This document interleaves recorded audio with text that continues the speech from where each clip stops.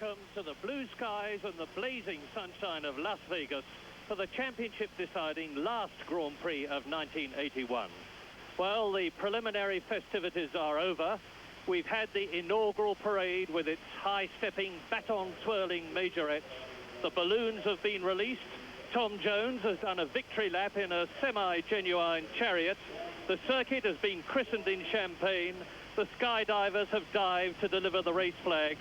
And Paul Newman, the race director, yes, the Paul Newman, a very successful racing driver himself, has addressed the 45,000-strong crowd in their $250 seats.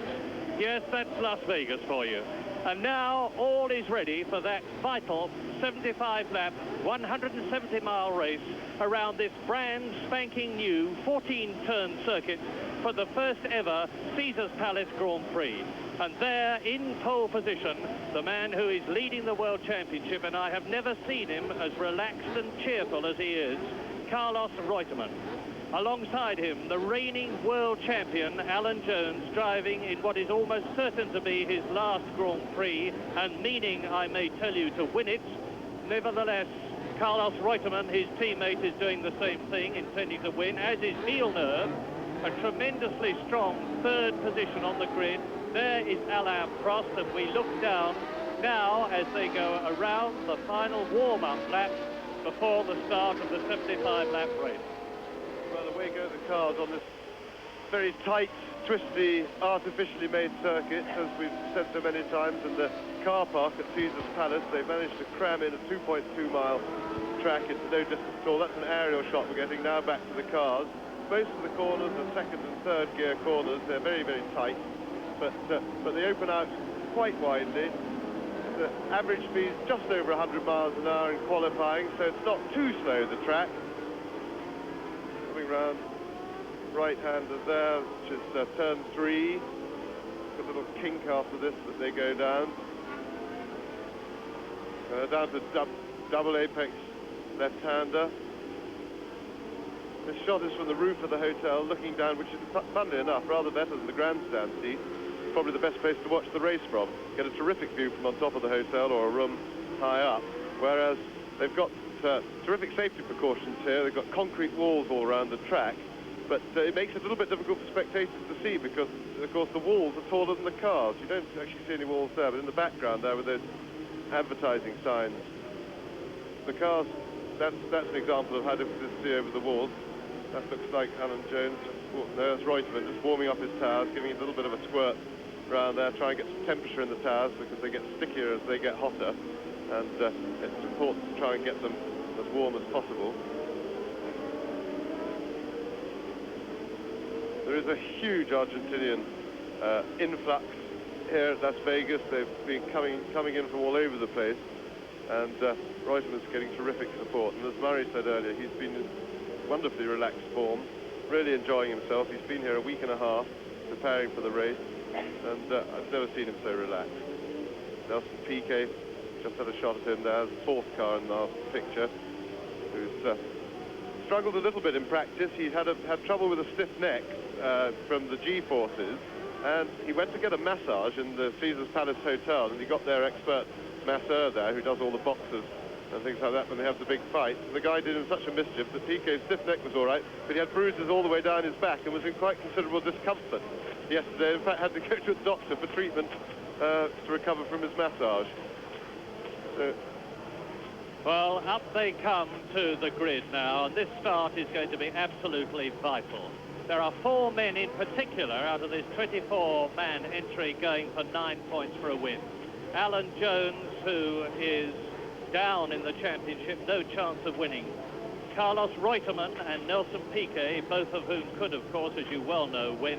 And Jacques Laffite, notwithstanding the fact that he's way down in 12th position on the grid, and he actually qualified in Patrick Tambay's car.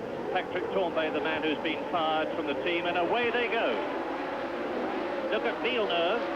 It's Alan Jones taking the lead. Villeneuve in second position, and Villeneuve making all that he can out of the turbocharged Ferrari power, and thank heavens they have all got round that critical first corner safely, with Alan Jones, the Australian, in his last Grand Prix, leading as they surge through round turn 1, then away into 4th gear, round turn 2, the left-hander, down to the long sweeping right-hander at turn 3, and see the lead as Alan goes into turns 5 and 6, with Villeneuve in second position. Now, Alan Jones is in a tremendously determined mood. His broken finger has mended, and there is Jarrier's car out of the race already. The Osella of Jean-Pierre Jarier, who qualified just in practice, and he's obviously had some sort of a problem at the start and is out of the race. Meantime, Alan Jones is very much in it. He has won one Grand Prix this year, and he said to me last night he dearly wanted, before he retired to his beloved farm in Australia, to win this, which could be the last Grand Prix of his career. Villeneuve second, Prost is in third position, Giacomelli is in fourth place, Carlos Reutemann is in fifth place. Right behind Carlos Reutemann is John Watson, who's actually got flu, and in seventh position it is Jacques Laffite. Yes, Piquet's dropped back a bit since he was right behind Reutemann going into the first corner, so there was a little bit of a clutch of them, so he's obviously had a bit of trouble. Alan Jones drove a really wonderful first lap. He got straight into the groove, straight to the job, and once again is confirming the most magnificent form. It's a great shame that Alan's retiring. He's driven so well this year, as I've repeatedly said. To have only won one Grand Prix is daylight robbery, because he's been quite undoubtedly the outstanding Grand Prix driver of the season. Look at that huge lead he's built already. Of course, Villeneuve in the rather unmanageable Ferrari, probably doing his usual whole... There's Prost having a little bit of a go at Villeneuve, but it's such a big problem to pass that Ferrari, especially on a tight circuit like this. Just watch him accelerate away, and he's definitely holding Prost up. Giacomelli's watching for a gap as well. Well, the question now is, where are the World Championship contenders? Carlos Reutemann is behind this battle for second place between Gilles Villeneuve in the Ferrari, Alain Prost in the turbocharged Renault, and then Bruno Giacomelli in the rejuvenated Alfa Romeo, and Carlos Reutemann is therefore in fifth position. Reutemann in fifth place is the man who has got the best point situation in the World Championship at the moment, but what a battle for second place. And what a wonderful lead Alan Jones has got on lap 2 out of 75, with Alain Prost in. There's Jones, the leader, the race leader, Alan Jones, and coming into the pits is Elio De Angelis in the Lotus 87. On his second lap comes into the pits, whilst Alan Jones is now well away on his third lap. As Prost has just made it past Villeneuve, just squeezed by on the inside. I expect Prost will now probably pull away a bit. Giacomelli may have a little bit more trouble getting round Villeneuve. He hasn't got the power that Prost has got in his turbo Renault. But I should be interested to study the form of John Watson, who was just out of shot then, following that little battle. He's coming through. He was very quick in the warm-up this morning, and his car obviously running very well on full tanks. So I expect Watson to be a very strong challenger in this race. Meanwhile, Jones is disappearing in the distance, and Giacomelli has now got the problem of climbing over Villeneuve. And Elio De Angelis has gone into the pits to change tyres already, as Bruno Giacomelli in fourth place, with behind him in fifth position John Watson, and then in sixth place, right up his exhaust pipe as it were, is Jacques Laffite, and in seventh place and out of the World Championship scoring at the moment is Carlos Reutemann. So that is significant. Neither Reutemann nor Piquet are in points-winning positions at the moment, whereas Jacques Laffite has fought his way up into sixth position, and that's Tambay. That is Patrick Tambay. And look at that shattered car. The whole of the front of the car has been torn off, and Tambay has very obviously hurt his left leg or his left ankle, and is sensibly hopping as fast as he can out of the danger area, which is where his Talbot Matra car is now. This is lap 3 in this race. Patrick Tambay driving his last race for Talbot Matra because he had been fired in favour of Eddie Cheever, the American who has been signed by Talbot for 1982. And we look again at the race leader Alan Jones on lap 4. Behind Alan Jones, this battle for second place raging between Gilles Villeneuve in the turbocharged Ferrari. And just look at the way that Williams car is handling beautifully on the circuit. The very rigid suspension of today's cars is not nearly as much of a hindrance here at Las Vegas for this Caesars Palace Grand Prix as it has been at most of the previous Grand Prix, because this magnificently constructed new circuit is, if not bump-free, far less bumpy than the previous circuits in the Grand Prix series. As a result of which, Alan Jones in the Williams and all the rest of the contenders can really put the power down.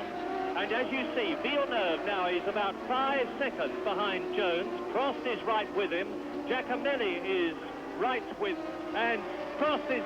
take no notice of that caption, because, of course, the battle is now Prost in second place, and then Villeneuve and Giacomelli fighting for third. Alan Jones leading. And on lap 5, it is Alan Jones leading Alain Prost in second position. Gilles Villeneuve is third. Bruno Giacomelli is in fourth place. In fifth position, it is Jacques Laffite, just ahead of John Watson in sixth place. Seventh is Carlos Reutemann, and eighth is Nelson Piquet. So, Reutemann and Piquet in seventh and eighth places out of the World Championship scores as Alan Jones completes another lap. And that is the end of lap 5 for Jones, with Prost behind him. Then quite a long gap. Look now for the battle for third, and it is Villeneuve and Giacomelli, and see how Jacques Laffite is closing up. John Watson is behind Laffite, Reutemann is behind Watson, and this is lap 6. Well, it's fantastic to see Laffite going so well, because he was really off form during qualifying. In fact, his teammate Patrick Tambay, who we just seen fortunately get out of that horrific-looking wreck of a car. We didn't see the crash, but the whole of the front of the car torn apart. It's nice to see that he was at least on one leg. But Laffite is really going well. Tambay was quicker than him in practice, both in his own car and in Jacques' car, and that's a very rare thing. That was Patrese fighting his way through there. But he's certainly getting it together in the race, and he's coming up through the field really aggressively. Alan Jones now with his lead consolidated, but he's not extending it as he was. Since Prost got past Villeneuve, Prost is at least holding him, and the dominance is no longer quite there. Villeneuve, of course, in the rather ill-handling Ferrari, is doing a rather usual job we've seen pretty frequently this year, holding other people up. There is Villeneuve, there's Giacomelli still stuck behind him, with Laffite now up with the group and seeing if he's going to be able to fight his way past. And the gap between Alan Jones and Alain Prost is 6 seconds. The gap between Prost, who is in second position, Villeneuve, who is third, Giacomelli, who is fourth, is 6.4 seconds. And there is the third place man, Gilles Villeneuve, winner at the Monaco Grand Prix earlier this year. Then he won in Spain afterwards in that memorable race when 5 cars crossed the line virtually together. And Bruno Giacomelli, the young Italian in the V12 Alfa Romeo, in fourth position, is keeping ahead of Jacques Laffite. But behind Laffite is John Watson in sixth position. That is Laffite that we're looking at now, third in the World Championship. And there is John Watson. In spite of this flu, when John Watson came up to the start point this morning, there was liquid pouring out of every pore in his body. He really has a very nasty bout of some kind of trouble. But Jacques Laffite is the man at the present moment that we're looking at on the right of your screen. Number 27 in the number 26 in the Talbot Matra, 37 years old, and he has won this year in Austria and in Canada. He has 43 World Championship points, and if he can win this race, he can win the championship. Alan Jones, the leader. And as ever, we have I believe, practically the whole of Australia watching us through Channel 9. And this, Australia, is your man, Alan Jones from Glenburn, Victoria. He's in terrific form. I had a long conversation with him last night. He vowed that he intended to win this race. He said the car was beautifully set up. There is one of his chief contenders, Jacques Laffite, who is in 5th position still. And Nelson Piquet is now in 8th position, still behind Carlos Reutemann, who is 7th. So the 3 World Championship contenders are, metaphorically speaking, in line astern on the circuit, with Laffite in 5th position, Watson right behind him, and there is Carlos Reutemann, chased by Nelson Piquet. This is the World Championship leader, Carlos Reutemann, on his 8th lap, with Piquet right behind him. The interesting thing with the Reutemann and Piquet situation is that as long as they're in the points, in point-scoring positions, which at the moment, of course, they're not, lying in 7th and 8th place, but that's unlikely to remain for the whole race. But as long as they're in point-scoring positions, whoever finishes in front of the other one wins the championship. So they've both got to beat each other.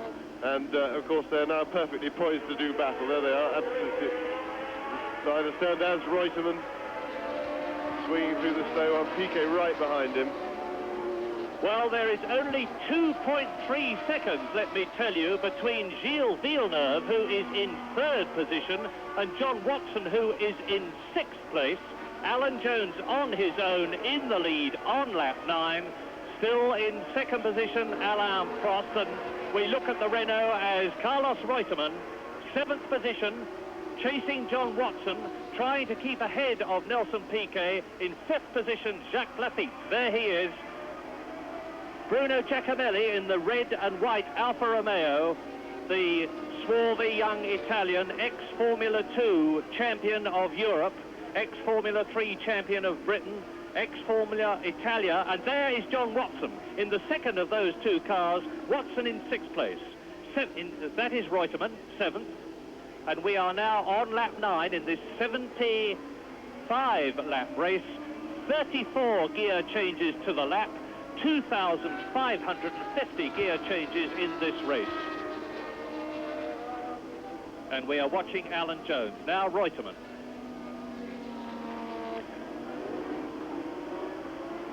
Do the drivers like the circuit? Yes, they do. Who are they?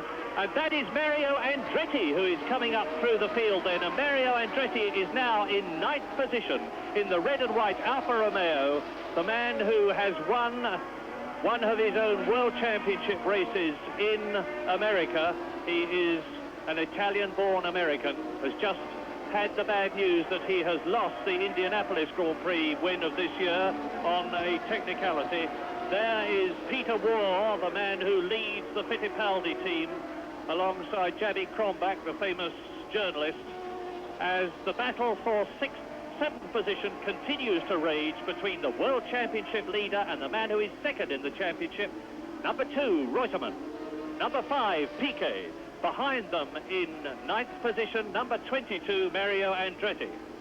Well, Reutemann probably won't be unhappy with the current situation in the race. I think he probably finds that Piquet is a little bit close for comfort, because he only needs to make one little slip on a corner or miss a gear, and Piquet can slip by. But Reutemann will undoubtedly, or should be, driving a pretty defensive race, because it's obviously essential that he finishes, that he doesn't hand over the championship on a plate to Piquet.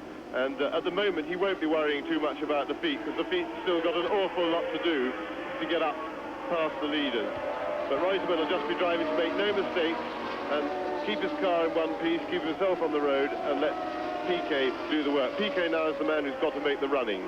And Piquet is not, in many ways, in much of a position to make the running. I asked him this morning how that back of his was. We're looking at Alan Jones, the race leader, on lap 11. Nelson Piquet said, fine, thank you, fine, but I noticed that when somebody patted his back later on, he winced, and I believe that he's in real pain as a result of that misplaced massage that he had yesterday. But, nevertheless, lap 11, race leader Alan Jones. Look for the gap now. René Arnoux has just come into the pits. Nigel Mansell, by the way, is in 10th position now.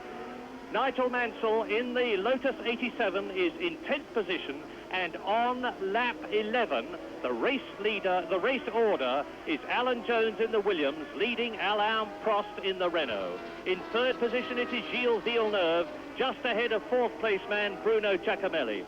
In 5th position, it is Jacques Laffite, and now in 6th position, it is Carlos Reutemann. So Reutemann is up into the points. Villeneuve's doing a bad job, both for our entertainment point of view, for the a race for the lead, and also for Jacques Laffite, because he's managed to let Jones get now 13 seconds over him. The Ferrari proving, as usual, almost impossible to pass with all that power down the straight. And Laffite, of course, needs to get on with the job.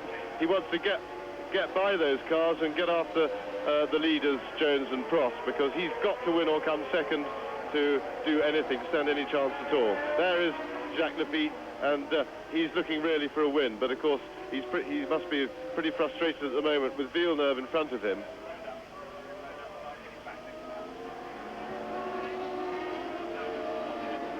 Some of these corners, of course, the drivers literally feel as though they are driving into a concrete tunnel because they can't see over them. They have to get their cornering line organised very carefully indeed to come out on the right line with the right revs. And we're looking now at the Ferrari of Gilles Villeneuve. Behind him, Bruno Giacomelli. Villeneuve in 3rd position. Giacomelli is in 4th place. And as they twist and turn their way across this sinuous circuit, 14 turns per lap, 75 laps in all, and the gap between Villeneuve, and Reutemann and Piquet and Andretti are all closing up. Now there's going to be a tremendous line of cars from 3rd to 8th around this circuit very shortly, and this could be a repetition of the Spanish Grand Prix situation where Gilles Villeneuve, with the tremendous power of the Ferrari, is able to put his foot down and get away on the few straight parts of the circuit, especially the parts around turns 11, 12, 13 and 14. But then the better handling cars of Bruno Giacomelli and all the others behind him can close up on the corners, and you're seeing that now. This is the 3rd and 4th place men, Villeneuve in the Ferrari, Giacomelli, and behind Giacomelli in 5th place it's Laffite. Yes, it looks like a real problem for Giacomelli, because he's pretty aggressive. You see how close he's getting in the corners, but so far he hasn't really even looked like passing Villeneuve. Villeneuve's just squirting it away down the straight, and the Alfa has a pretty powerful engine as well. It's more powerful than the Cosworth-powered cars, so it looks to be really worrying. And as Barry rightly says, there's every chance we're going to get a big queue, which would, in a way, be rather a shame, with Jones and Prost out taking the benefit of the holding-up job that Villeneuve is inadvertently doing. There he goes. You see Giacomelli closes up in the corner. Now the Ferrari stretches its lead with that power, so that Giacomelli is in no position to even think about trying to outbrake him. He's too far behind, closing up again in the corner. And down goes the power of the Ferrari, and away he goes again. And the gap between the 3rd and 9th men, that is to say Gilles Villeneuve and Mario Andretti, is 4.5 seconds only. There is Andretti, number 22. I remind you that Alan Jones is leading, Prost is second. We are looking at the battle on lap 14 out of 75 for 3rd and the subsequent places, with Bruno Giacomelli climbing all over the transverse gearbox of Villeneuve's Ferrari in his efforts to get through, unavailingly. Villeneuve, Giacomelli, Laffite and Watson. Reutemann is still out of the points. Carlos Reutemann is in 7th position, ahead of Nelson Piquet, 8th, out of the points, and there is 7th place man Reutemann. And a lot can still happen in this race, and it looked to me as though Jacques Laffite was taking a very, very tight line there. John Watson is now right behind the Talbot Matra, and there is Reutemann in 7th position, followed by Piquet in 8th position. Mario Andretti not so far back in 9th place. There he is. Yes, it's all warming up. Piquet is looking very close indeed to Reutemann. I suspect that he's forming up to have a go. But the battle, of course, the concertina effect has worked. They're all closing up. Yes, there goes Piquet. having a stab at Reutemann down the inside. He seemed to get inside him then, but Reutemann seemed to get back online. And Andretti was going pretty wide there around behind him. Carlos Reutemann adopting the maxim of Marshal Pétain and the Maginot Line, they shall not pass. And they, in his case, is Nelson Piquet. And these are the two men who are leading the World Championship. There is the reigning World Champion, Alan Jones, closing up on and about to lap Marc Surer, the Swiss driver in Teddy Yip's Theodore car. And we should see now the difference between a very good driver, Marc Surer, and a very, very good driver, Alan Jones. And that is the difference. Alan Jones passes, and I will now give you the gap between Alan Jones, who is on his 16th lap now, in the lead, and the second place man, Alain Prost. And Alan Jones is leading by 10.4 seconds. 7th, Carlos Reutemann, number 2. 8th, Nelson Piquet, number 5. Ahead of them, Watson, who is 6th, Lafitte, who is 5th, Giacomelli, who is 4th, and Villeneuve, who is 3rd, and there they all are together. Mario Andretti, now number 22, the oldest man in the race, closing up, and there is Eddie Cheever, obviously out of the race. Eddie Cheever walking away down pit lane, the tall, distinctive American who next year is driving for Talbot Lead Matra. And there, Carlos Reutemann again trying to get through and failing. Yes, Piquet's really making his challenge now. He's got right up close behind Reutemann. He's starting some serious worrying tactics. But I don't think Reutemann's going to flat, because he knows what he has to do. He just keeps it cool, keeps it on line, lets Piquet do the work. It's very difficult to overtake on these tight circuits. They don't get quite enough space or get up enough speed to really, for the cars to get alongside each other.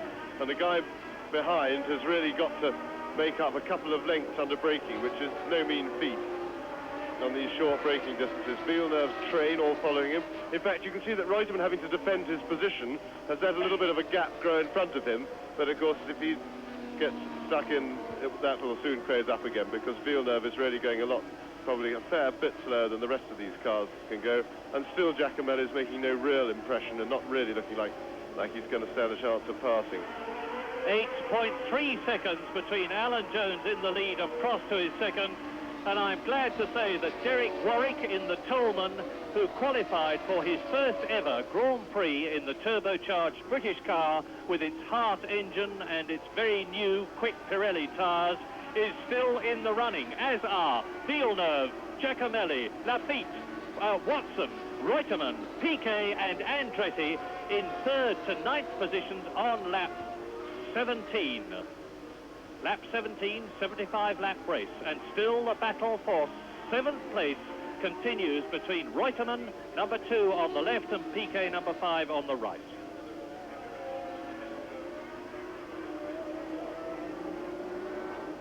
Well, although both Reutemann and Piquet are out of the points at the moment, I think it's fairly safe to assume that if they both run healthily, there's bound to be 1 or 2 dropouts in front of them.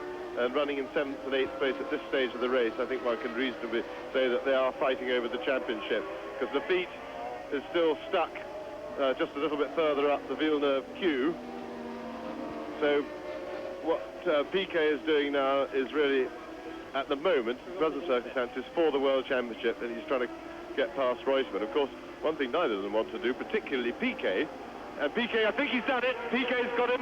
Piquet's made it to Reutemann. Very, very well driven indeed.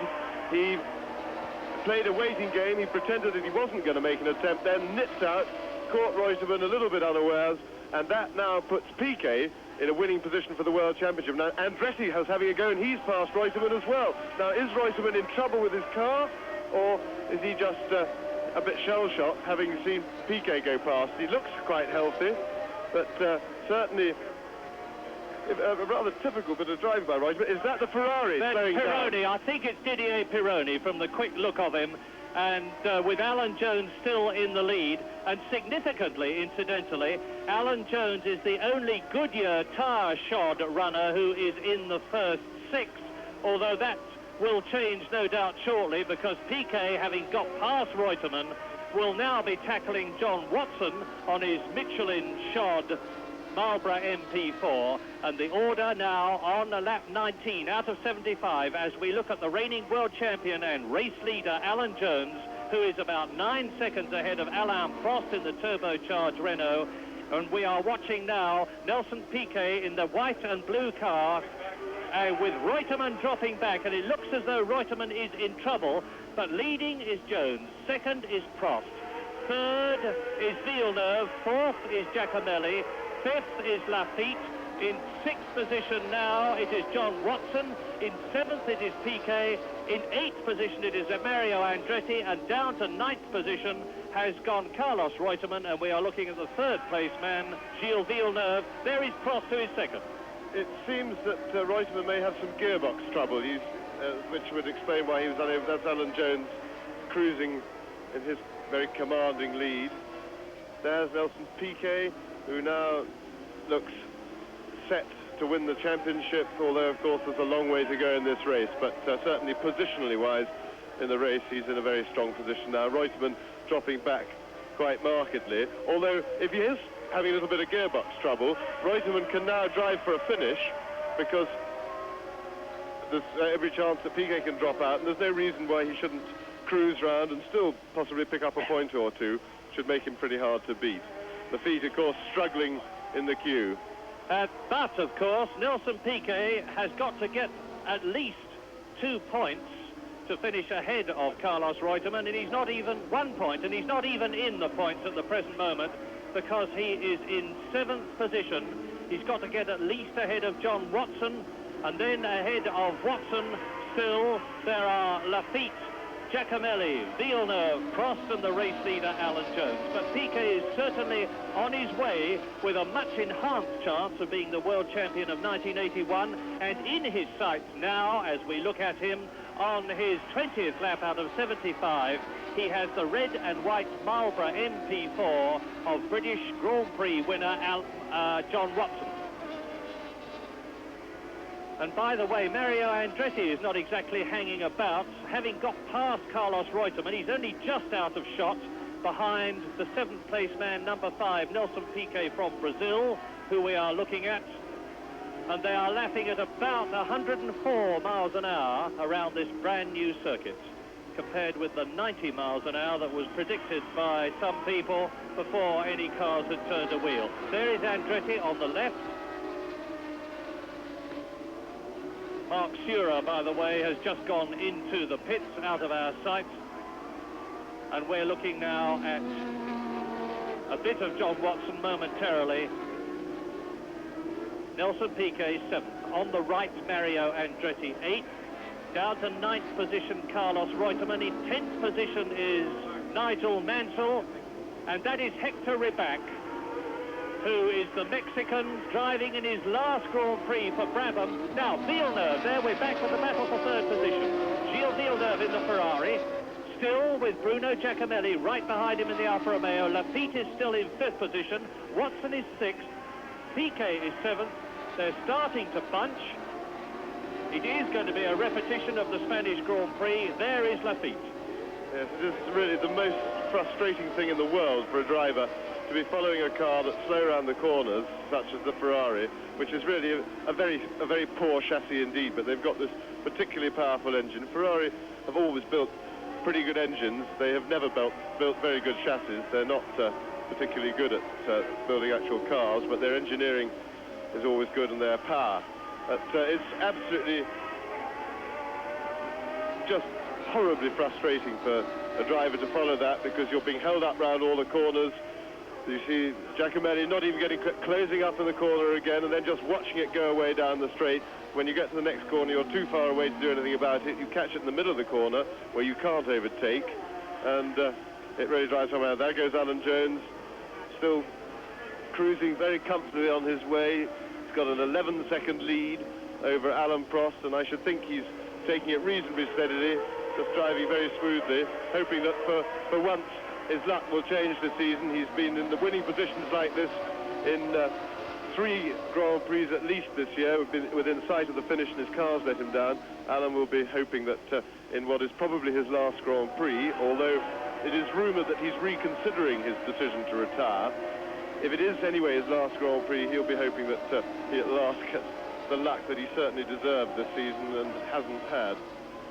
Alan Jones is leading Alain Prost by 12 seconds, and Alain Prost, the 3 times Grand Prix winner of 1981, is a strong 20 seconds ahead of that stirring battle for third and the subsequent places, led by Gilles Villeneuve in the Ferrari. And this means, of course, there it is, Villeneuve, Giacomelli, Laffite, no change for third, fourth and fifth. John Watson still in 6th position, is he? And Nelson Piquet, let's see if we can, how far behind John Watson Nelson Piquet in 7th position is, because if Nelson Piquet can get up one more place and keep it, he is going to be the world champion of 1981. Well, at the moment, Murray, Carlos Reutemann in 9th position is still heading for that championship.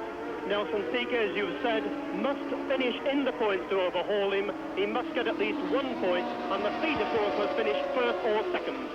And Laffite is on his way, because thank you, Barry Gill. While Barry was giving us that rundown on the championship situation, there is Derek Warwick. That's the first time we've seen him in the Toleman. That's the first ever Grand Prix shot of Derek Warwick in action.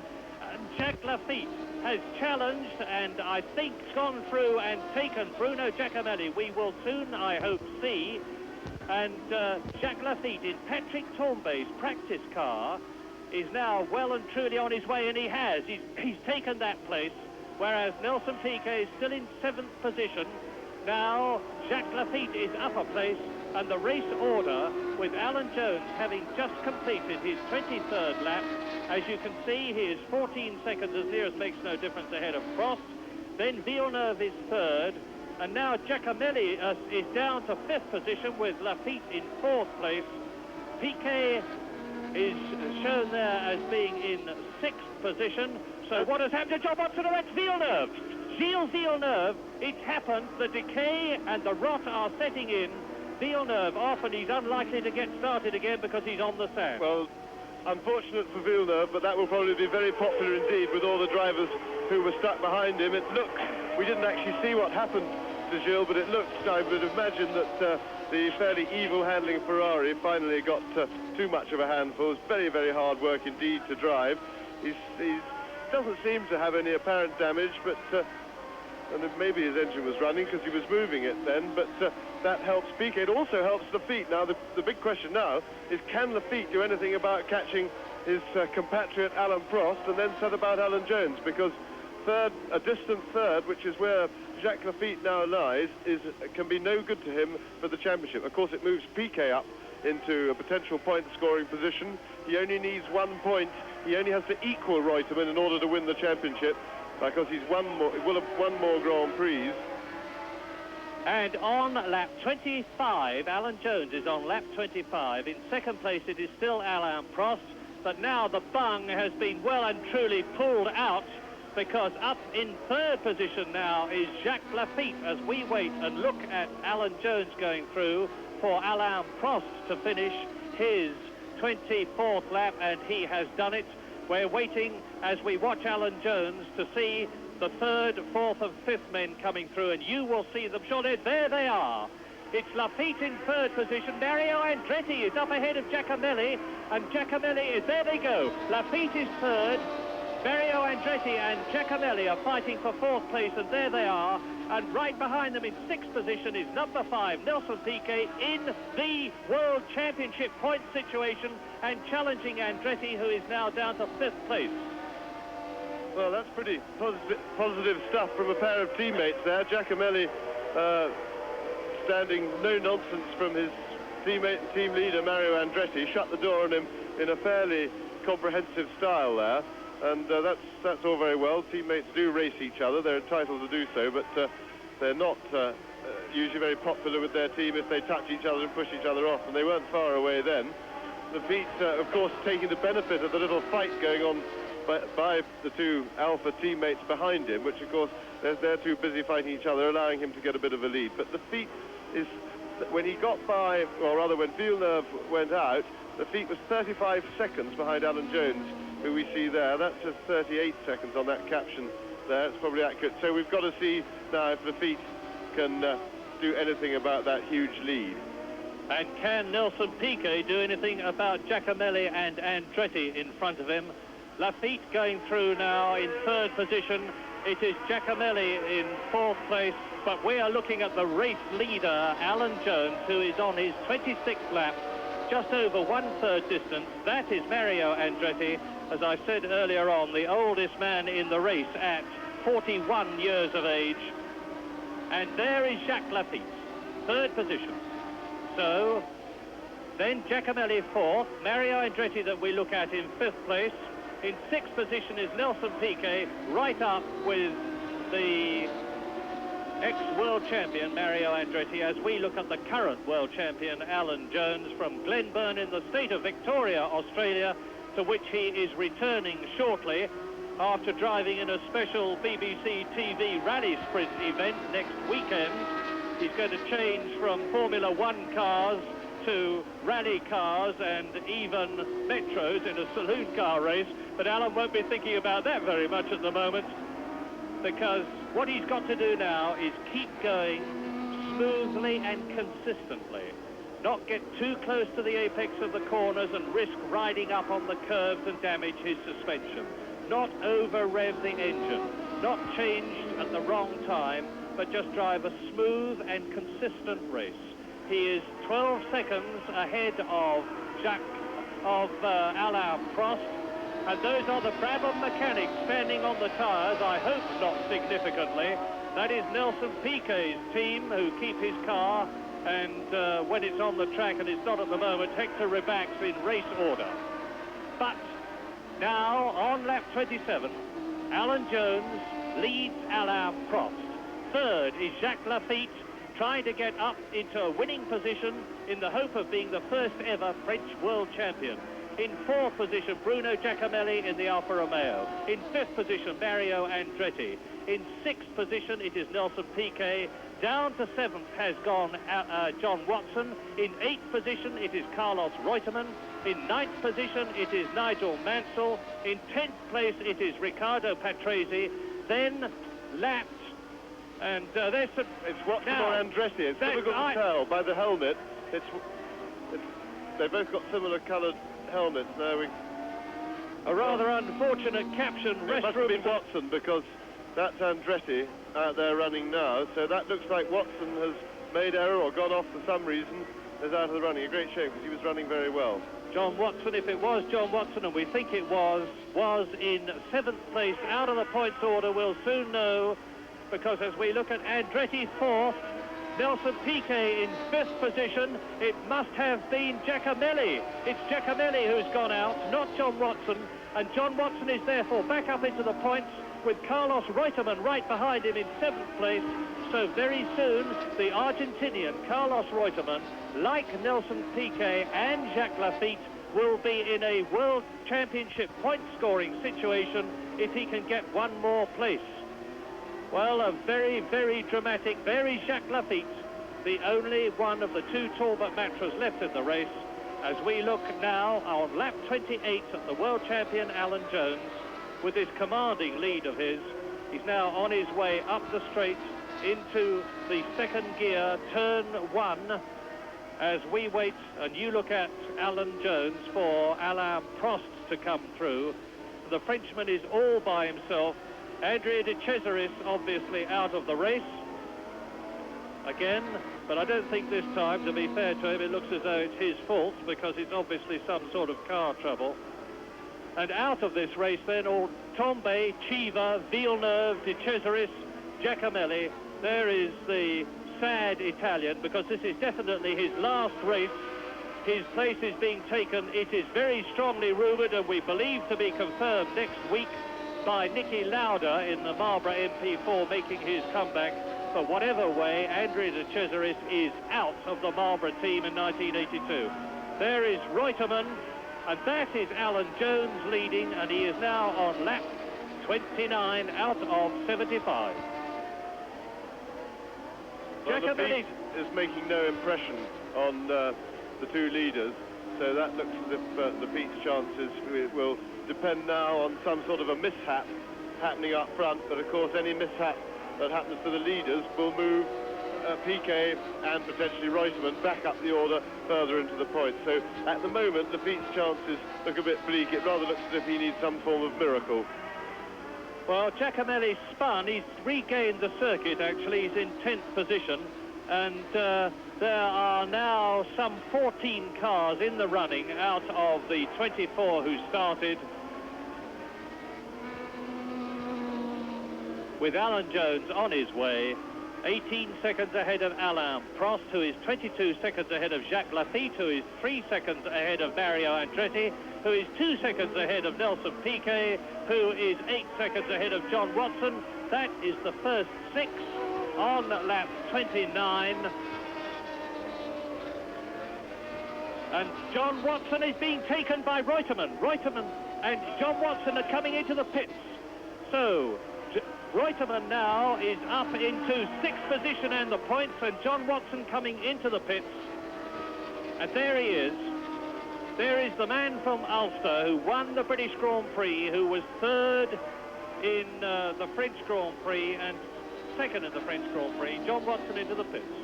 Well, John Watson's retirement, Murray, means that Piquet has 50 points at this moment, Reutemann would have 50 points, and Jacques Laffite 47. This championship battle is really hotting up. And if Reutemann and Piquet tie, Nelson Piquet will win on a tie break the World Championship because he has more wins than Reutemann.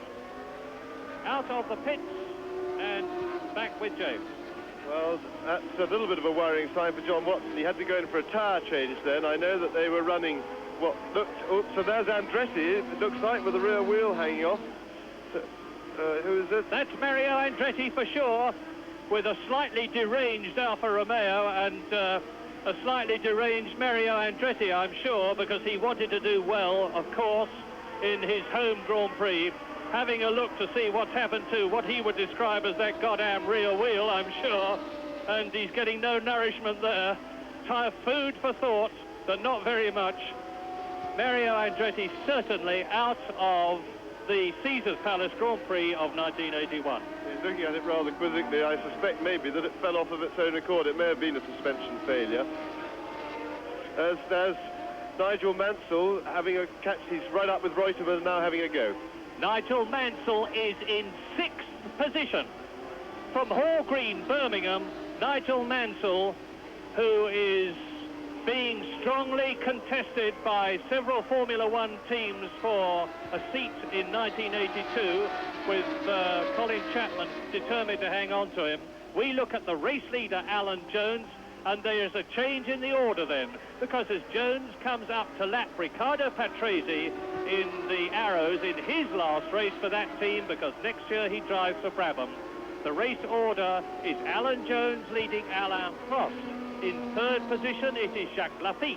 In 4th position, it is Nelson Piquet. In 5th position, and in the World Championship point scoring, Carlos Reutemann. And 6th is Nigel Mansell.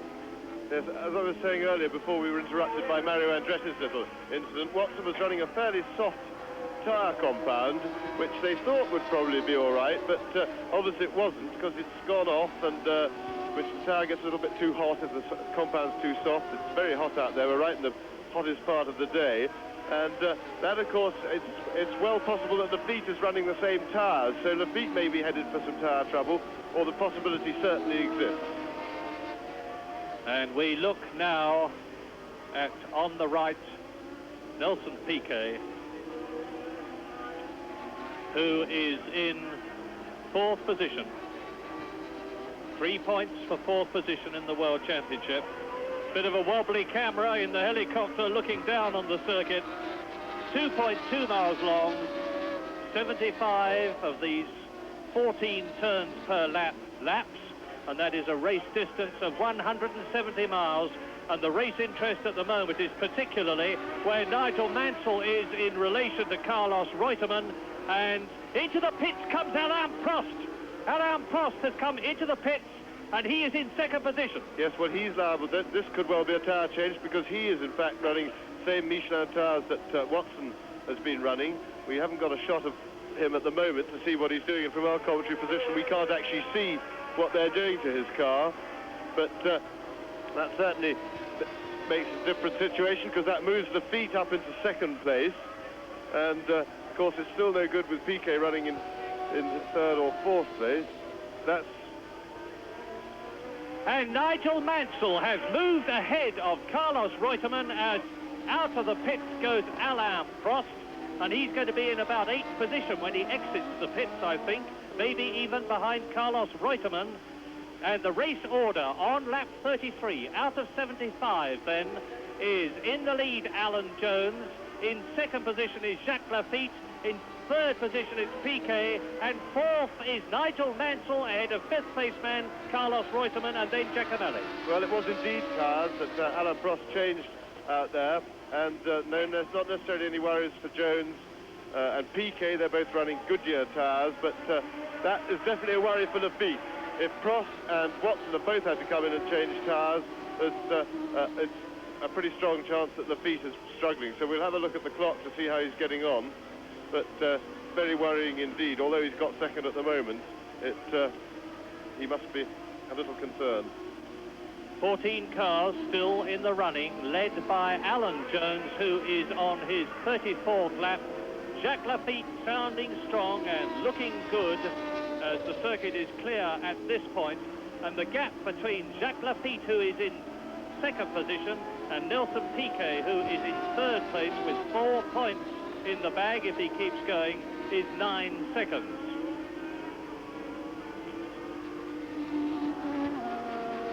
Carlos Reutemann, and there is Prost. Prost, who has changed tyres, is therefore on fresh rubber, and as soon as he has got them warmed up, which won't take very long, because it is hot here at Las Vegas as I talk to you, and the race circuit surface will be very warm indeed now. There's plenty of rubber laid on it. The racing line is getting faster and faster. Alan Jones is holding his lead. Jacques Lafitte is still second. Piquet third. And in fourth position, it is still Nigel Mansell. Well, Murray, it's almost like reporting a general election. Piquet now has 52 points, Reutemann 51 and Lafitte 49. Lafitte has got to win to have a chance in the championship. Piquet at the moment, Murray, must be the favourite. And there he is, the man from Brasilia, whose father was a senator in Brazil. The man, Nelson Piquet, there is the confirmation of the order. And the people leading the World Championship, Piquet and Reutemann and Lafitte, are all in point-scoring situations. And Alain Prost is starting to climb up through the field again on those fresh new tyres of his, with Alan Jones now nearly 40 seconds as we look at the world champion, seemingly on his way, and I must not tempt fate, but nevertheless, from Glenburn, Victoria, Australian Alan Jones, in allegedly his last Grand Prix, is on his way to achieving his ambition of winning it, as we look at the third position man, Nelson Piquet, in this race of ever-changing fortunes, the Caesars Palace Grand Prix from Las Vegas. Piquet, first in the Argentine Grand Prix. That's Reutemann, and he's got Prost right behind him. Carlos Reutemann is in fourth position, fifth position, behind Nigel Mansell. So that means to say in sixth position will be Alain Prost, who's coming very, very close to Reutemann. And there's no question of that Renault not handling. Look at the way it goes, and look at the way he just surges past Carlos Reutemann. Race order now then, on lap 36, Jones leads Lafitte second. Lafitte with 6 World Championship points, and the only way that Lafitte is going to win this championship is for him to win the race. Well, I don't know if Reutemann's in a bit of trouble with his car. He seems to be running quite well, or whether he's just having one of his sulks again, because he let Andretti through right after he let Piquet through, and Reutemann is certainly no fighter, which is a pretty extraordinary position for somebody who's leading the World Championship. But Reutemann has this tendency, when things aren't absolutely right for him, to go into a decline and give up. And I have to say that the way Prost went past him in the Renault just now really didn't look like a man who was fighting for the World Championship, because he was still in the points, and there's no reason to let him by like that. with Derek Warwick just disappearing out of the picture. There is John Watson, number 7, as we look down now at the Lotus 87 of Nigel Mansell, who is about to be taken and passed by Prost. And the way that Renault goes is absolutely incredible. Tremendous power, and it handles beautifully. Yes, and bear in mind, of course, that Alain Prost has the advantage of having fresh tyres on his car. The racing tyres tend to work better when they're new, and he will have had a nice, cool, new set of tyres on, which will give him quite a lot more grip than the others, so it's not surprising to see him dashing through, but he's really having a bit of a charge, Alain Prost. Yeah, Prost is in 4th position now, ahead of Nelson Piquet, ahead of Nigel Mansell, and on his way to try to catch Nelson Piquet. And if he does so, we're really going to see a fight, because Nelson will be in no mood to make way for anybody. He desperately needs every World Championship point he can get, although he's in a commanding position at the moment, being in 3rd position ahead of 6th place man Carlos Reutemann, who is, or was at the beginning of this race, leading the World Championship.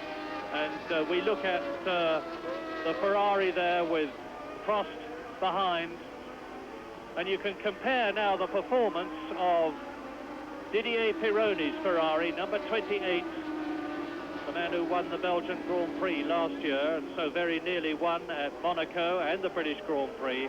Now let's see how the turbocharged Ferrari of Didier Pironi on the left, who is well out of contention actually, compares with Alain Prost. And the Renault handles much better on the corners, obviously. There is Reutemann down in that 6th position, with Nigel Mansell in 5th place, with Prost in 4th position, making his way up towards 3rd place man Nelson Piquet, who is a long way behind 2nd place man Jacques Laffite, who is out of the running as far as the 1st place is concerned, because Alan Jones has got it by a very considerable margin at the moment. This is lap 38.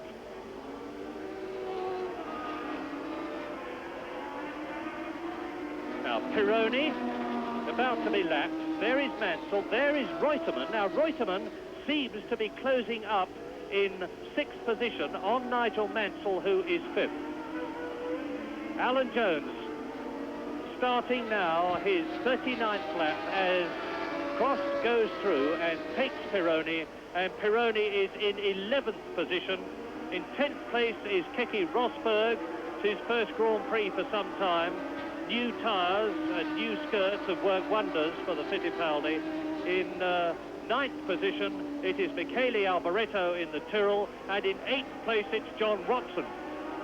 But the big charge at the moment is the one that we're looking at, with Alain Prost back in the running on fresh tyres, fresh new Michelin tyres, having had to come into the pits to change them.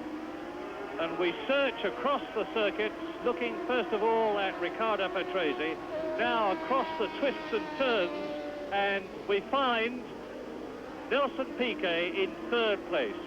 Now I wonder, as Alan Jones goes round, I should think it is turn 4. Yes, it looks to me as though he's up to turns 5 and 6.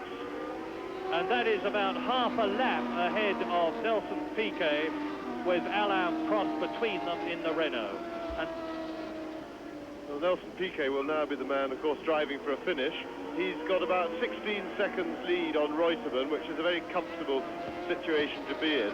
And if he can just run the race now without any sort of a drama, no mechanical problems or anything, then Piquet will win the championship, and very comfortably. So he is now the man driving defensively, and Reutemann is the one with it all to do. And at the moment, he doesn't look as if he's giving it everything, although we do have a suspicion he may be in a bit of trouble with his car. So any remarks that I make about his driving should be borne in mind, that he could be struggling with some sort of a gearbox problem, we think, possibly. Well, James, whatever else has happened here, I think you have to agree that the £4 million gamble of the Caesars Palace people has paid off. It's a beautiful day. The track really seems to be providing good motor racing. We've got the 3 championship challengers in the first 6. We've had more than a score of changes of positions, and of course they're seeing Alan Jones put on a tremendous drive, which could be his swan song. The crowd looks good. We don't know how many of them have paid for their seats, There's no doubt at all that the casinos are full, and $250,000 is changing hands every hour in every casino. But for a first effort for a brand new Grand Prix, James, don't you think they've done rather well? They've exceeded everybody's expectations, Barry. People were quite sceptical about it. They didn't like the circuit laid out in the car park. They thought it would be too slow, too tight and twisty. And in fact, it's been a great success. The organisation has run extremely smoothly. There were worries that they wouldn't get a big crowd, but the grandstands appear to my eye to be pretty well full, which is 45,000. There is only seating here. There's no standing room here. You can't watch the race unless you've got a grandstand seat. So that looks like pretty much a capacity crowd. And it's been really a great success. There have been no heavy organisational problems, and I think all the drivers and teams are largely happy, which they're usually the first to criticise if anything's not going absolutely according to plan. As we look at a very smooth driving Nelson Piquet in third position, the leader Alan Jones is on lap 41 out of 75, seemingly on his way to his second Grand Prix win of 1981, compared with the sixth that he had last year. In second position, it is Jacques Laffite, not making any impression on Alan Jones. And Laffite is 12 seconds ahead of the man that we are looking at, Nelson Piquet, who is in third position. Then in fourth place, charging up through the field, and the real interest at the present moment, fourth place then Alain Prost. Fifth is still Nigel Mansell, because Carlos Reutemann, who had started to close on him, is dropping back a bit in sixth position. Giacomelli is in seventh place, and everybody beyond, as it were, Giacomelli has been lapped by Alan Jones. In eighth position, it is John Watson. In ninth place, it is Michele Alboreto. In 10th position, it is Didier Pironi. In 11th place is Keke Rosberg. And then a further lap back is Riccardo Patrese. Then another lap back, but still in the running, is Derek Warwick, who has completed in the Toleman 37 laps, is the last man running at the present moment. He is 13th out of the original 24-strong start. Alan Jones leading. And just a reminder of the championship positions, Murray. Piquet has now got 52 points, Reutemann 50, and Laffite 49. And still this man, Piquet, looks like being world champion in only his third full season of Grand Prix racing. Alan Jones on lap 42, and the gap between Alan Jones and Nelson Piquet is 11.24 seconds between Alan Jones and Jacques Laffite. But now Alain Prost is really closing up on Piquet. Alain Prost in fourth position in the Renault, and hopefully we will soon get a look at the Brabham and the yellow and black Renault of Alain Prost, this very gritty young Frenchman, with the hotels of Las Vegas in the background, sands, dunes, the MGM Grand, the Barbary Coast, all these other famous names. There is the Barbary Coast at the top of the picture, as race leader and world champion Alan Jones takes turn one on his way, surprise, surprise, to turn two. And now he takes the right-hander, which is turn three, the second gear bend, accelerates up through third and fourth gears to the right-hander at turn four, now to the left-hander, the little short straight, and then another left-hander, and that's turns 5 and 6. And there is Nelson Piquet. Now look at Piquet and Prost. Piquet, who is in third position, and number 15, Alain Prost, who is in fourth place in the Renault and Gate. Piquet, of course, won't mind at all whether Prost passes him or not, because he's not racing Prost. He's interested only in his gap to Carlos Reutemann. As long as Piquet's in the points, so he'll probably just let Prost go and continue to drive his race purely in a head-to-head situation against Carlos Reutemann. And there is the answer. Piquet gives way and lets Alain Prost through up into third position as Alan Jones completes his 43rd lap ahead of them. And the race order then, with Alain Prost having moved up a place.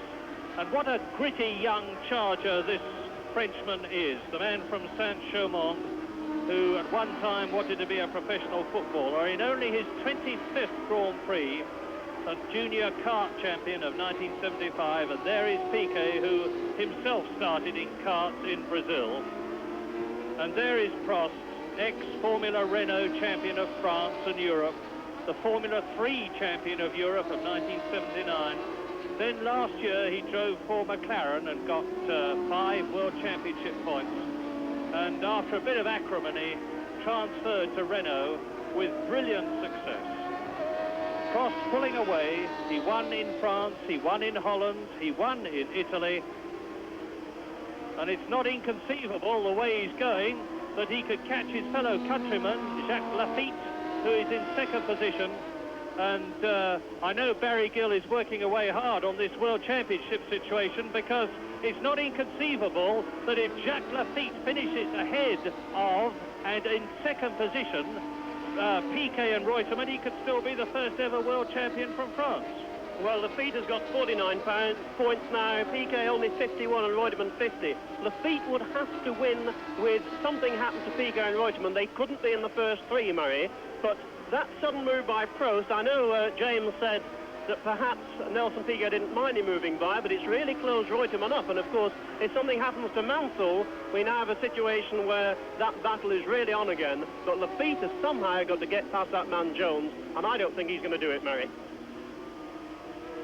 No, in fact, he's not catching Jones at all. Jones is totally in command of the race. Poor Alan Jones, we've rather sort of forgotten him, because he's out there doing a superb professional job, but he's all on his own. And meanwhile, Prost is very much on schedule to catch Laffite. He's less than 10 seconds behind. Let's have a look at that gap. He's 10 seconds behind Jacques Laffite. So with the way he's going, with new tyres on his car, or rather much fresher tyres than Laffite's on, it's not going to be too long before he catches him, and of course that will really hurt Laffite's chances. Well, I think our viewers in Australia can put another measure in the glass and put another steak on the barbecue, and now start to pray, because there's your man, Alan Jones. He is on lap 45, coming up to 2/3 distance. That's 50 laps in this 75-lap race, totally in command. Nelson Piquet in 4th position. Jacques Laffite, who we have not seen very much of lately, is still in 2nd place in the Talbot Matra, and still in 3rd position, having passed Nelson Piquet that we're looking at, is Alain Prost. Behind Piquet in 5th position, and on his way to get World Championship points again, is Nigel Mansell, who finished 3rd in Belgium, who finished 6th in Spain, and has 5 World Championship points. But Piquet, with 48 points, now in 4th position, is running at a 51 points level at the present moment. If he finishes where he is now, and 51 points would almost certainly give him the World Championship. Yes, it would give him the World Championship, because Carlos Reutemann is currently running at the 50 points level. But this course, which is very demanding physically for the drivers, is also demanding from a transmission point of view for the cars. 34 gear changes per lap, 2,550 gear changes in all. It's tough on the gearbox, it's tough on the half shafts, and of course it's tough on the drivers. And let us not forget, as we look at Nelson Piquet, that he is undoubtedly, despite his brave words this morning, in pain as a result of that zealously massaged back problem that he has.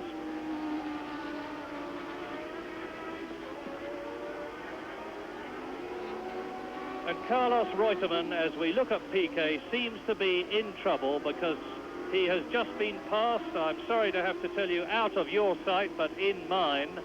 And he has been passed by Bruno Giacomelli, who is therefore up into 6th place. Carlos Reutemann is therefore out of the World Championship points at the moment in 7th place. And there you look across the circuit, and I can tell you, I hope they give us a shot of this. I'm sorry to keep talking out of picture, but there's some exciting things happening which you must know about, and this is that Alain Prost has just caught and taken, as our cameraman goes berserk to find him, Jacques Laffite, in the Talbot Matra, and there you have the new second place man, and see the way he is pulling away from Lafitte. This could be the tyre problem that James was hypothesizing, because Lafitte is definitely dropping back from Prost, who is now second, and we look at Bernie Ecclestone. Yes, well, I think, in fact, what's happened is that Prost, who was quicker than Lafitte anyway earlier in the race, and now aided by having a newer set of tyres, is going quicker rather than Lafitte actually going slower, because Lafitte is holding his gap very much to Piquet and the people behind him. So I don't think Lafitte is in any sort of trouble. I think it's just that Prost is really charging. He's having a fabulous season, Alan Prost. He's a real charging driver, and he's also very, very steady, makes very few mistakes. So Lafitte looks to be really struggling now. And that makes the point situation, James. Nelson Piquet 51, Carlos Reutemann 49, and Jacques Lafitte 47. And Murray, can we just say a word about Derek Warwick, who's running 13th? Derek Warwick, of course, has tried all season to qualify for his first Grand Prix in the Toleman car. We hear in this gambling city that a rival team manager bet him £25,000 that he wouldn't do it. Well, he did it yesterday. He's in the race. He's 13th. And for Derek Warwick, Murray, it could be a very lucky 13th indeed. Well, I think Nelson Piquet has got all the muscles in working order again, because he is starting a charge, and Piquet in fourth position is only 3.8 seconds behind the new third place man, Jacques Lafitte, who has been displaced by Alain Prost. If you find it confusing, listen to this. You are looking at the leader, number one, appropriately, Alan Jones. Behind him, the new second place man on lap 49 out of 75 is Alain Prost. In third position, it is Jacques Lafitte in the Talbot Matra, being gained on rapidly by the fourth place man, Nelson Piquet, who is pulling away from fifth place man, Nigel Mansell, and there is a new sixth place man since you last saw him, Bruno Giacomelli. In seventh position is Carlos Reutemann. Eighth is John Watson, who has been lapped. Ninth, and we are still looking at Alan Jones, is Michele Alboreto. In 10th position, it is Didier Pironi in the Ferrari. 11th is Keke Rosberg in the Fittipaldi. In 12th position, it is Riccardo Patrese. And Derek Warwick in 13th place is in the running, albeit 3 laps behind the race leader, Alan Jones. Now, there's Piquet. Let's look ahead and see how far Jacques Lafitte is. There is the answer. There's Lafitte in the blue Talbot Matra, and we do a quick double shuffle to the left to lose Nelson Piquet, and there he is. We're back with him. Now, there's Lafitte. There is Piquet. This is the battle for third position. Yes, I think I was wrong what I said just now. Lafitte does seem to be going backwards now, and maybe his tyres are taking their toll. Remember, he's on the Michelin tyres. We've already seen a couple of stops by Prost and Watson to change. The compound just choosing it a little bit too soft, and of course Piquet's on the Goodyears, so and so far there's been no sign of Goodyears having any sort of trouble in the race.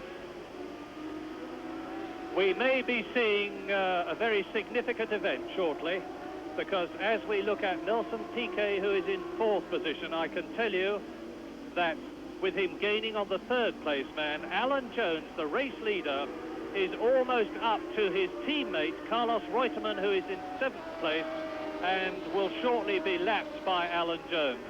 And we certainly did not expect that to happen after practice, which Carlos Reutemann dominated, being fastest in both the time sessions. Piquet chases Lafitte, getting closer and closer all the time on his way to challenge for second place, and in the background there was Nigel Mansell, who, although he has been lapped, is still in fifth position. Lafitte second, Talbot Matra V12.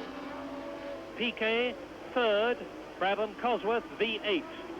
Ford engine, Cosworth developed and designed. And a nod of the head from Jacques Lafitte, who was most unhappy with his practice car, and most unhappy too that his fired teammate Patrick Tambay had actually been faster and much faster than him in practice. And there it is. There is Alan Jones, the world champion from Glenburn, passing the man that we thought was well win the World Championship this year, his teammate Carlos Reutemann. Well, Jones won in the Argentine this year. Carlos Reutemann won the non-championship event. And there is Piquet up into second place. Nelson Piquet then. Jacques Laffite must surely be in trouble. Jacques Laffite down to third position, having been lapped by Nelson Piquet. So Jones leading, Prost still in second place, of course. Jacques Laffite down to fourth position. My apologies, because Nelson Piquet is now up into third, and there is the confirmation. Piquet in third position, not second. And Alan Jones is now some 50 seconds ahead of Alain Prost, and Jones is on his 52nd lap.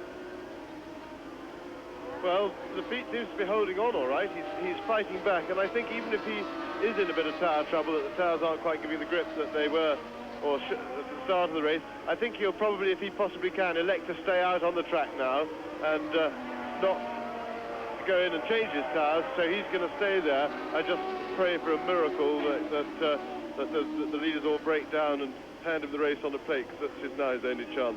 The championship is to try and pick up the pieces if anything unfortunate happens to the others.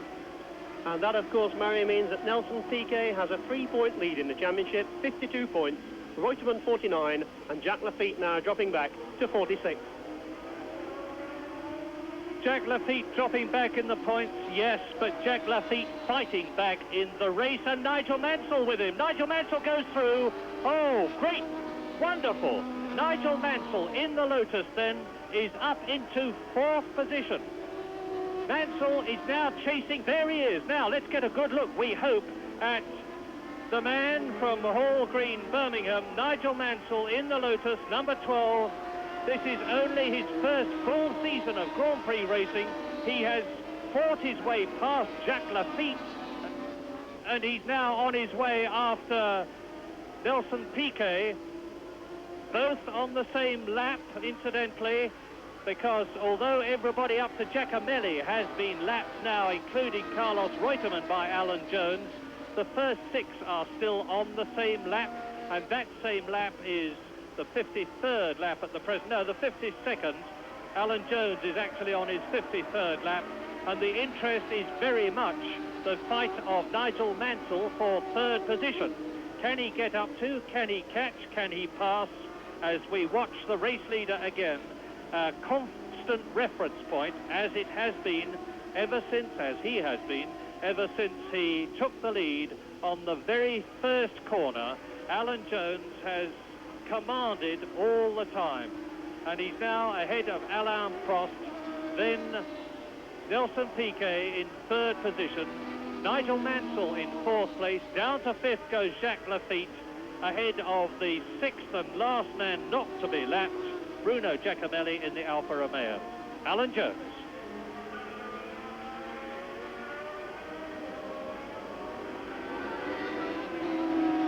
And Mansell is ahead of Piquet.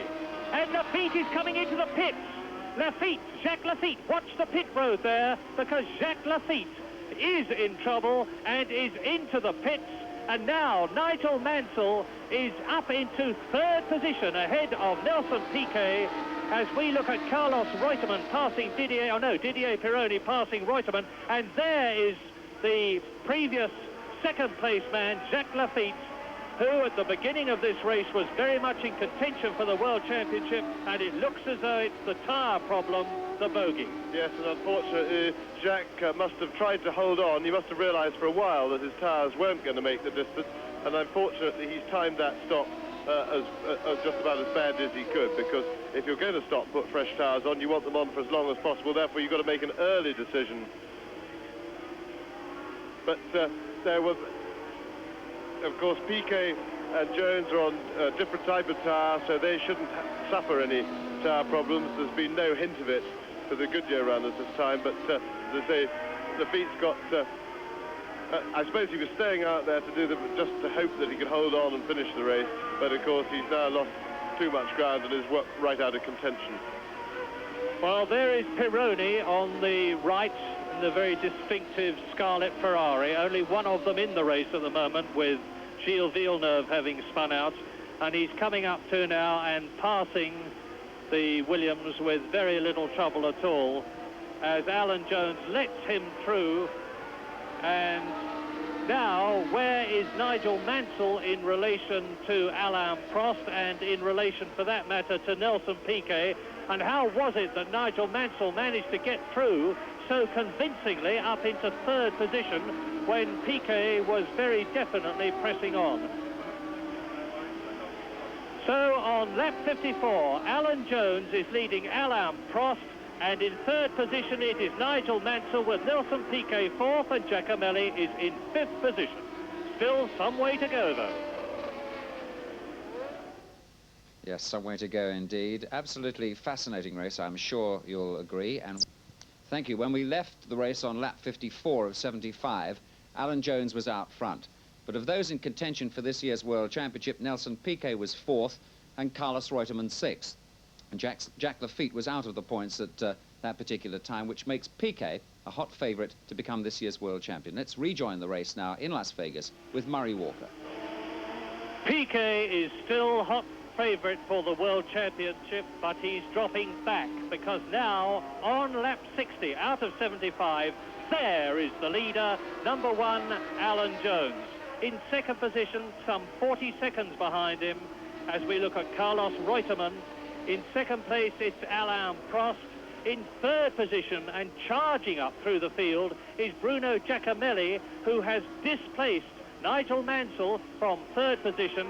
So down to fourth position goes Mansell, but now Nelson Piquet is in fifth position, slipping down through the field, and there is Prost in second place.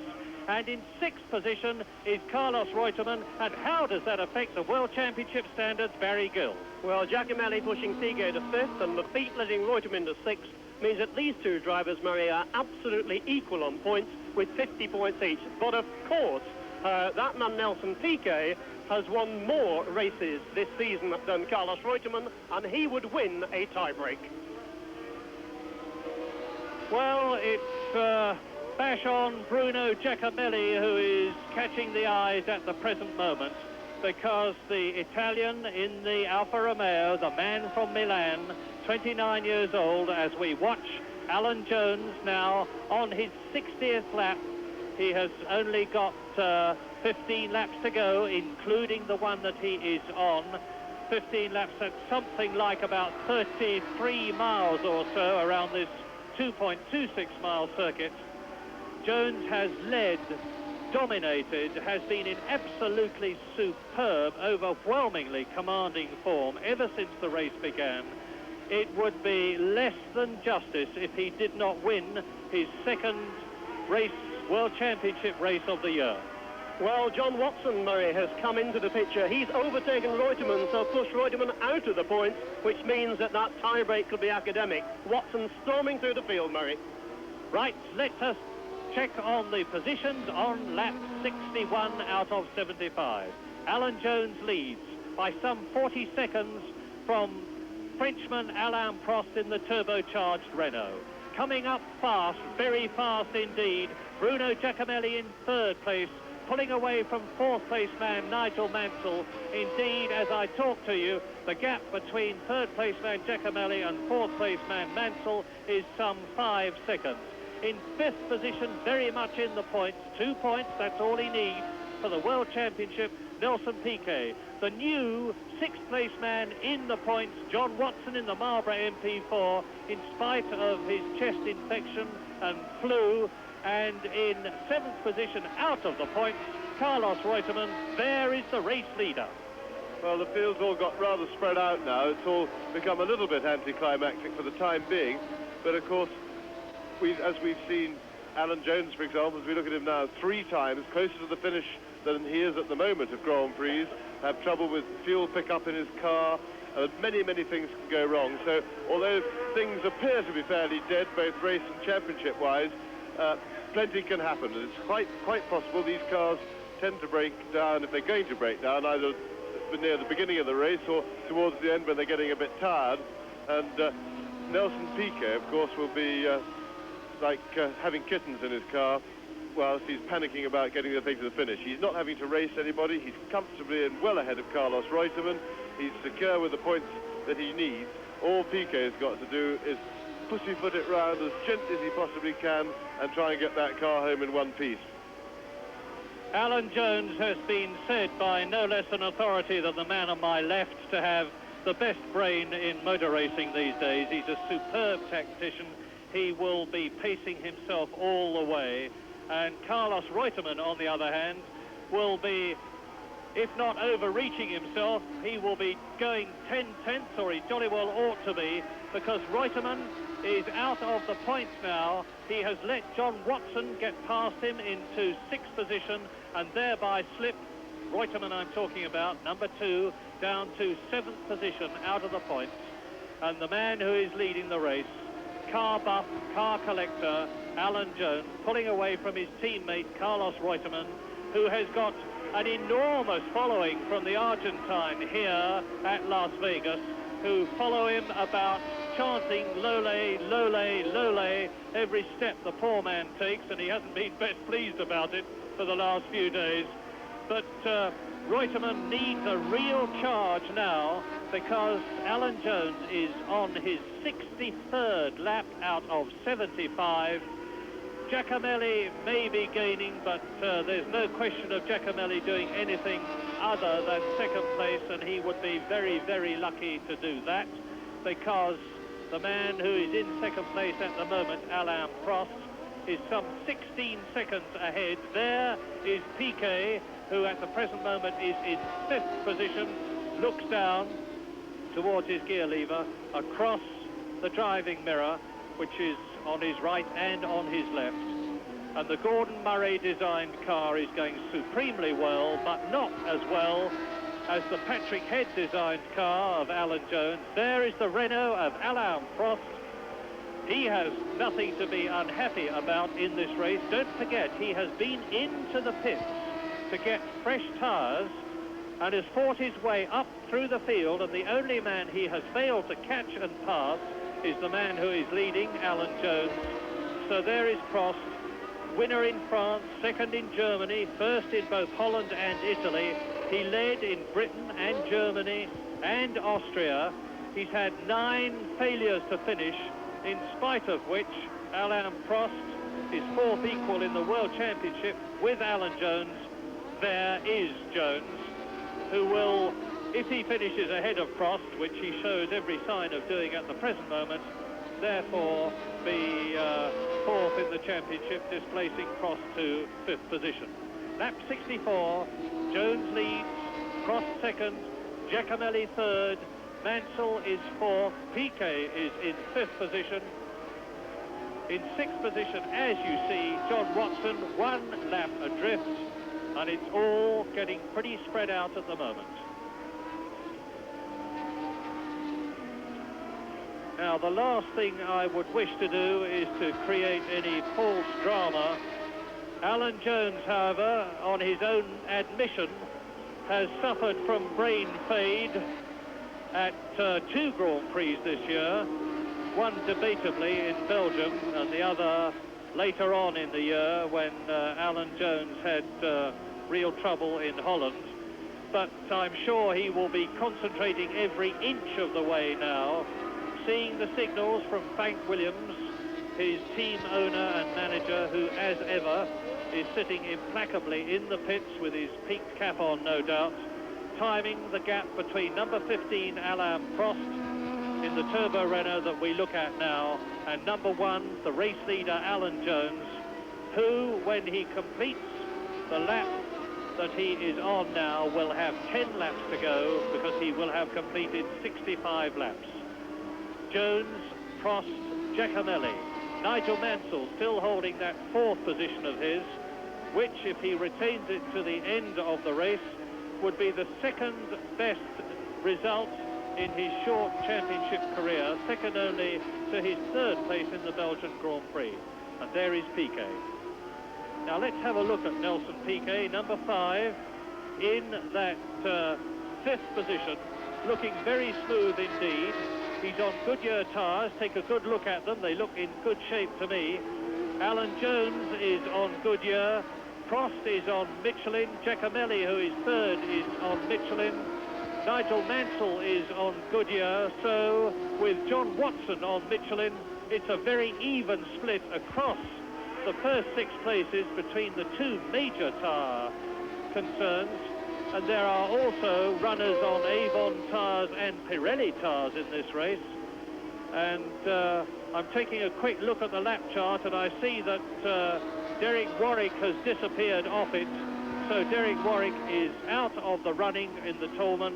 In fact, he's right down in 15th place with only 20 laps indicated. So that means to say he went out some time ago, as did Eliseo Salazar, as did Andrea de Cesaris, who we have already seen in the pits. So we've now reached the stage in the first Caesars Palace Grand Prix 1981, the race of which so much was expected and of which it has given so much, in which things look as though they are settling down and drivers are now driving to retain their positions and finish rather than make places. Alan Jones, that we are looking at this moment, in the most successful racing car of the last 3 seasons, because the Saudia Leyland Williams car has won the manufacturer's Formula One World Championship for the 2nd year in succession. It looks as though they're not going to get the Drivers' Championship. And there is Nelson Piquet still in that 5th position, going very smoothly indeed. Barry Gill. Murray, while we've been concentrating on Nelson Piquet, the perhaps new champion, although when we say that, something always seems to happen, it is worth a word, isn't it, about Alan Jones? I've just been looking through the history books here, and I can't think of a single world champion who ever retired from motor racing on a winning note, winning a Grand Prix. Now, James, you must have heard, a lot of people have been saying today that Alan Jones enjoyed his drive at Montreal. He's certainly in driving today. Do you think this could change his mind and make him come back next season? Well, certainly, I think all the outside factors are working towards that. Since announcing his retirement, I think financial offers have been yet more tempting than they were before, which has obviously adjusted Alan's thinking a little bit. And as you say, just be sitting out there, cruising a race, having everything going very well, knowing that you're driving at the top of your form, which Alan, in fact, has been doing all season, although he's just been very unlucky. I think he was pretty dejected about his luck and the state of the play, whereby he could drive so patently and remarkably better than his teammate all year, and yet his teammate, who he's already lapped today, is out there in contention for, and most of the season leading the World Championship. That is a pretty depressing prospect, and that's one of the problems with motor racing. I think that got to Alan, but with such a pleasant finish at the end of the season, I think, well, put it like this, if there's any danger of him changing his mind, he's got all the right things working for him, and of course we, as spectators and fans of motor racing, would dearly love to see Alan back next year, and so I'm absolutely certain would Frank Williams, because Alan leaving the team would certainly leave a huge gap in the Williams situation, and they would be very, because it's not certain whether Carlos Reutemann will stay with the team, and he's not considered really by the Williams team to be a number 1 driver. Frank Williams is getting pretty desperate to find a top-class number 1 driver to fill the gap, because it's pretty frustrating when you've got the best car in the business and all the other top drivers want to drive it, but they're all under contract and largely can't. Well, Australia's loss, if Alan Jones decided to keep motor racing next year at the World Championship level, as opposed to the saloon car level, which he was proposing to do in Australia next year, would very much be Europe's game, because Alan is tremendously popular, not only for his determined driving, but also for his outspokenness. Alan is very much a man to call a spade, and he's been doing it all season, much to the joy of those people who got a little tired of some of the political establishment problems which have dogged Formula One motor racing for the last couple of years, but which happily at the moment seem to have been resolved. although we are told that the meeting of designers, which was held here at Las Vegas over the last couple of days, achieved very little, and unless another meeting at the end of this month bears fruit, there is regrettably every prospect of cars being required to race next year with the same ridiculous, virtually rigid and potentially dangerous suspension systems which they have at the present moment.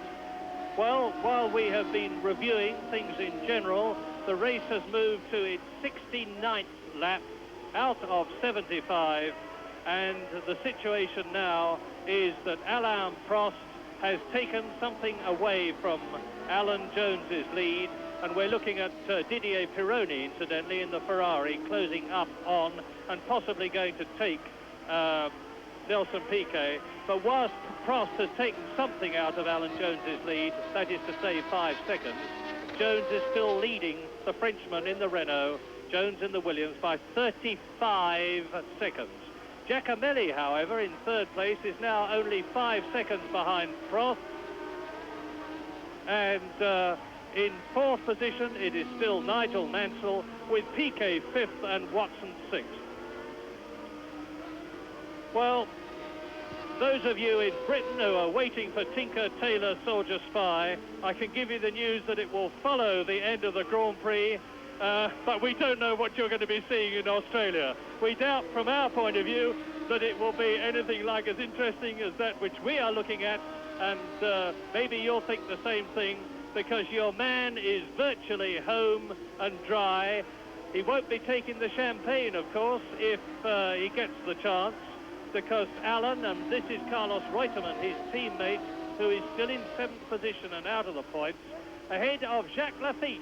Jolly Jack is fighting back, and he's now in 8th position, closing up on Carlos Reutemann, and Laffite, mind you, is a lap adrift, and Jones is now on his 71st lap.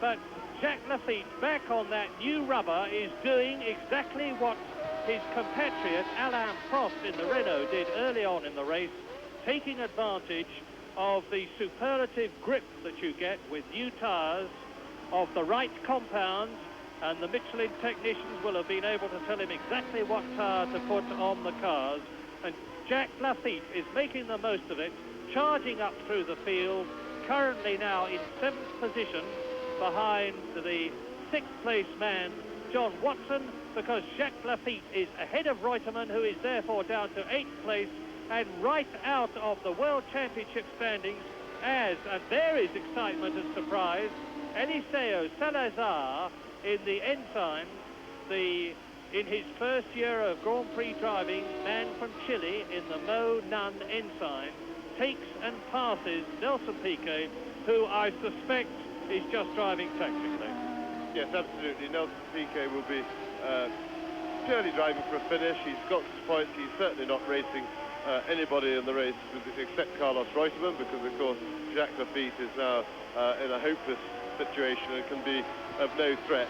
And, in fact, basically, Reutemann is now too far behind Nelson for him to have any worry about that. He's really just competing against himself and his car to get the combination of them across the line in one piece with no further dramas or ado, and at the moment it all seems to be going extremely smoothly and straightforwardly for Nelson. Well, as they pass the sands, the dunes, the MGM Grand, the Barbary Coast, and all the other hotels and gaming establishments of Las Vegas, the race order on lap 72, and then there are the 73rd, 74th and 75th laps only to go for that man, Alan Jones. The race order is Alan Jones, Alain Prost in 2nd position, Bruno Giacomelli is 3rd. In 4th position, it's still a fine 4th position, Nigel Mansell. In 5th, it's Nelson Piquet, and there he is. In 6th, and he's been lapped, is Watson. In 7th is Laffite, and in 8th, Carlos Reutemann. Yes, for the viewers at home, please ignore that caption that came up concerning Nelson Piquet as world champion. That's he isn't quite yet, and he still has to get that car around another 4 laps, or however many it is, and it won't free wheel there if anything goes wrong with it. So that caption was indeed premature, although maybe it was just an inspired forecast by our NBC colleagues here who are covering the race.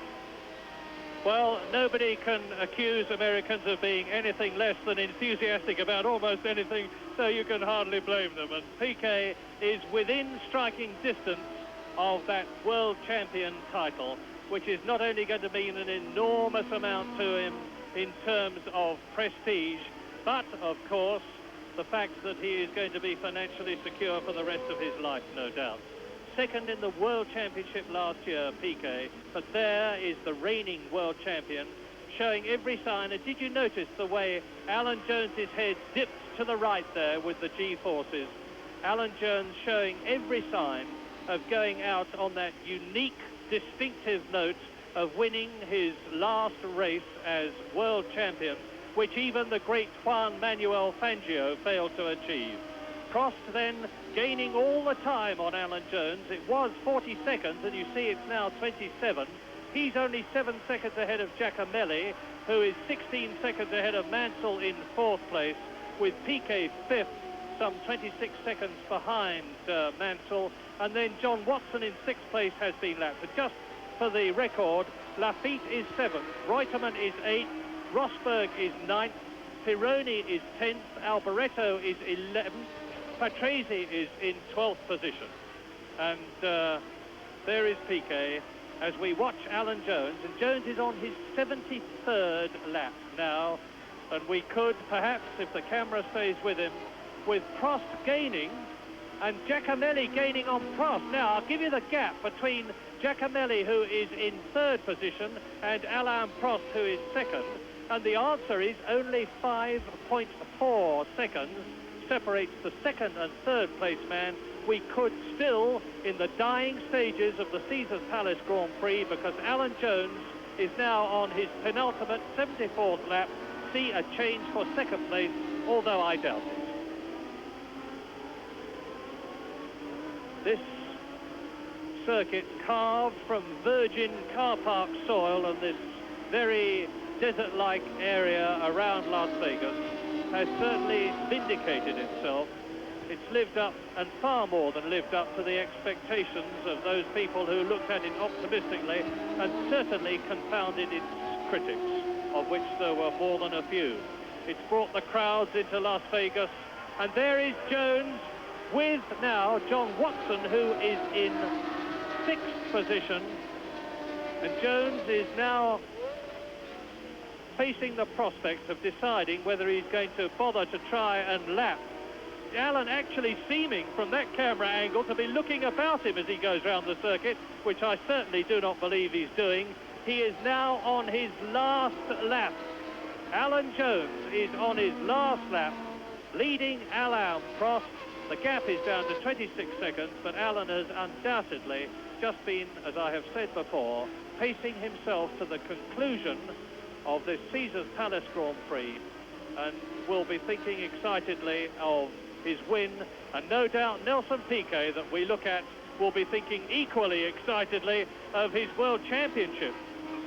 A very, very tense time for number 1 Alan Jones, for number 5 Nelson Piquet, who in their different ways are achieving greatness in motor racing today here at Las Vegas.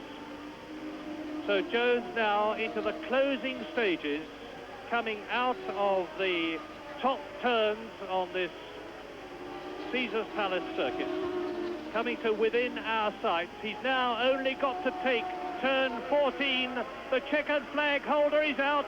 I can see the flag of Saudi and the British Union Jack, and Alan Jones takes that Union Jack to win the Caesars Palace Grand Prix, the World Championship decider of 1981, and there is the new world champion finishing. Yes, he's only got to stagger around now. He can virtually push it to the line. Nelson Piquet, who I think will make a very worthy world champion indeed. He showed, as soon as he came into Grand Prix racing, that he was world champion material. He started very well his first season. Last year he had a fabulous season, showed great maturity, showed the ability to drive under pressure. This season he had the same ability showed through all the way, although he did go through quite a sticky patch in the middle of the season when he showed a few flaws and made a few mistakes, but he learned from that and he came out of it, and he's driven very solidly for the second half of the season and has come in, just coming round now, as I say, cut the engine just about and push it to the line. And James, it couldn't have been closer. Nelson Piquet 50 points, Carlos Reutemann 49, and Alan Jones, because of today's victory, third in the World Championship 46, and Jacques Laffite-Murray 43. The results of the Caesars Palace Grand Prix, a win for Alan Jones, and there is the world champion, actually becoming world champion of 1981. Second, Alain Prost. Third, Bruno Giacomelli. A fine fourth, Nigel Mansell. The world champion, the new one, in fifth position, Nelson Piquet. And in sixth position, Jacques Laffite, ahead of John Watson and Carlos Reutemann. The end of an exciting and well worth it Caesars Palace Grand Prix of 1981.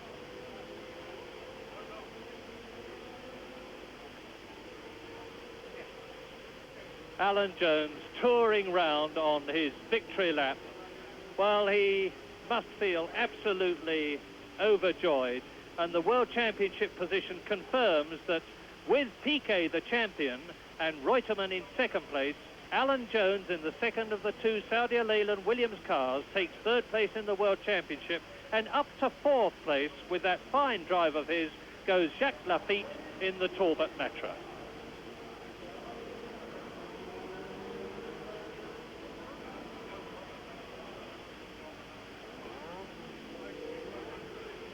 Well, there is Alan. There is the race winner out of the car.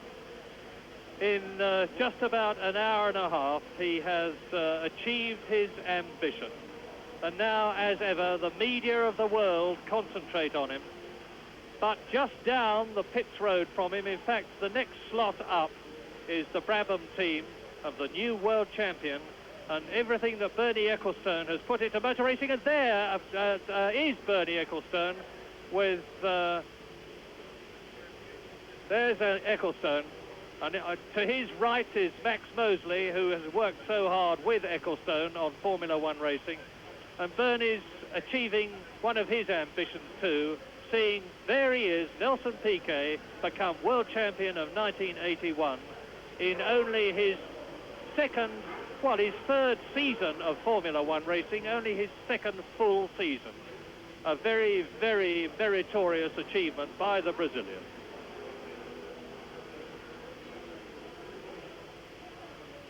But what a record from Alan Jones. In his 96 Grand Prix, he won 12 of them. And that, of course, excludes the very contentious Spanish Grand Prix. So it's 13 wins for Alan Jones in his career. Not many people can rival that. But Nelson Piquet, there's the man who has still got years of racing in front of him to become world champion again and again.